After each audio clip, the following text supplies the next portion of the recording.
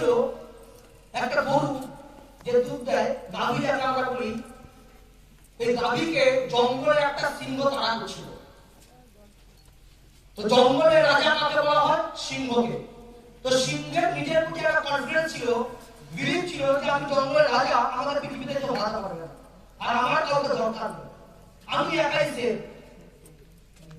তো এই গরুটাকে, ওই গাভীটাকে ওই জঙ্গলের রাজা সিংহ তাড়া করছিল খাওয়ার জন্য। তো কোনো কারণে ছুটতে ছুটতে ওই জঙ্গলের মাঝখানে একটা তালাব চলে আসে, পুকুর।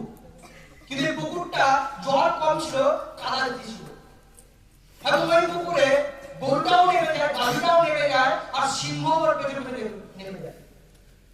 এবং কিছু দূর গিয়ে ওই গাভীটা আর চলতে পারে না, কারণ কি ওই কাদার মধ্যে ঢুকে পড়ে। আর সিংহ আর এগোতে পারে না, কাদার মধ্যে ঢুকে দাঁড়িয়ে যায়। তো কিছুটা দূর আগে গাভীটা, তার পেছনে সিংহ, দুজনেই একই জায়গায় দাঁড়িয়ে আছে, কেউ এগোতে পারছে না, অনেকক্ষণ ধরে দাঁড়িয়ে আছে। তখন এই গাভীটা ওই সিংহকে বলছে, তুমি জঙ্গলের রাজা সিংহ, আর সব সময় এই অহংকারটা, এই ওভার কনফিডেন্সটা মানুষকে শেষ করে দেয়। আমি তো বেঁচে যাবো। তখন সিংহ বলছে, কি করে বাঁচবি তুই? বলছে, আমি তো বেঁচে যাবো, কারণ কি আমার মালিক আছে, যে সন্ধ্যে বেলার মধ্যে যদি বাড়ি না ফিরি আমি, তো ওই মালিক আমাকে ঠিক খুঁজতে খুঁজতে জঙ্গলে আসবে, আর আমাকে দেখতে পেলেছে, এখান থেকে যে কোনো আমাকে টেনে তুলে হলেও বাঁচিয়ে ঠিক দিয়ে চলে যাবে।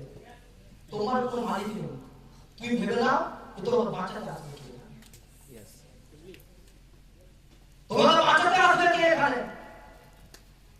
তো কনফিডেন্স ভালো, সেলফ কনফিডেন্স ভালো, নিজেকে রাজা ভাবতে এ মনে যতক্ষণ তুমি রাজা হচ্ছো, যতক্ষণ তুমি কারোর উপর ডিপেন্ড করে চলছো, চলা শুরু করেছো বা চলতে হবে জানো, ততক্ষণ পর্যন্ত ওই একটা মানুষকে তোমার 100% সাবমিশন করা উচিত, যাকে আমরা বলি কি একটাই মানুষ, বিকাশ বোস।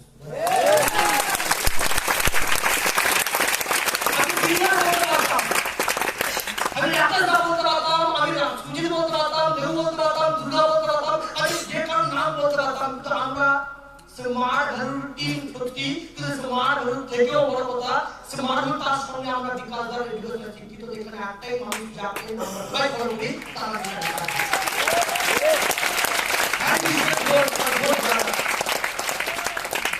তো বস, তুমি যদি মনে করো আমি একা সব করে নেবো, আমার কাউকে দরকার নেই, তো মাথায় রাখবে তোমার পতন শুরু হয়ে গেছে, সময় অপেক্ষা করে যাও শেষ হওয়ার জন্য।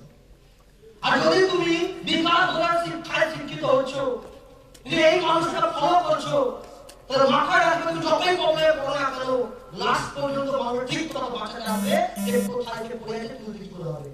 তো সিনিয়রকে সাবমিশন, সিনিয়রকে ফলো করা, কোন সিনিয়রকে ফলো করতে হবে এটা বোঝা খুব ইম্পর্টেন্ট। যে নিজেকে মনে করছে আমি একাই হিরো, যে নিজেকে মনে করছে আমার তো সিস্টেম শুরু, যে মনে করেছে যে আমি যা করছি ওটাই ঠিক, বাকি সব ভুল, যে নিজে মনে করছে যে আমি সব কিছু করে নেব, তার পতন শুরু নয়, তার পতন শেষের পথে চলে এসেছে। তোমার শুধু সময়ের অপেক্ষা। আজকে যদি কোনো তোমার দাঁড়িয়ে আছে একটাই কারণে, কারণ এই ইন্ডাস্ট্রিতে আমি দুটোই জিনিস বুঝে গেছিলাম। একটা হচ্ছে এখানে আমাকে 3 থেকে 5টা বছর দিতে হবে, আর সেকেন্ড বুঝে গেছিলাম একটা জিনিস, যে এখানে শুধু একটা মানুষের হাত ধরতে হবে, জানা বিকাশ বলতে এখানে সিনিয়র আছে।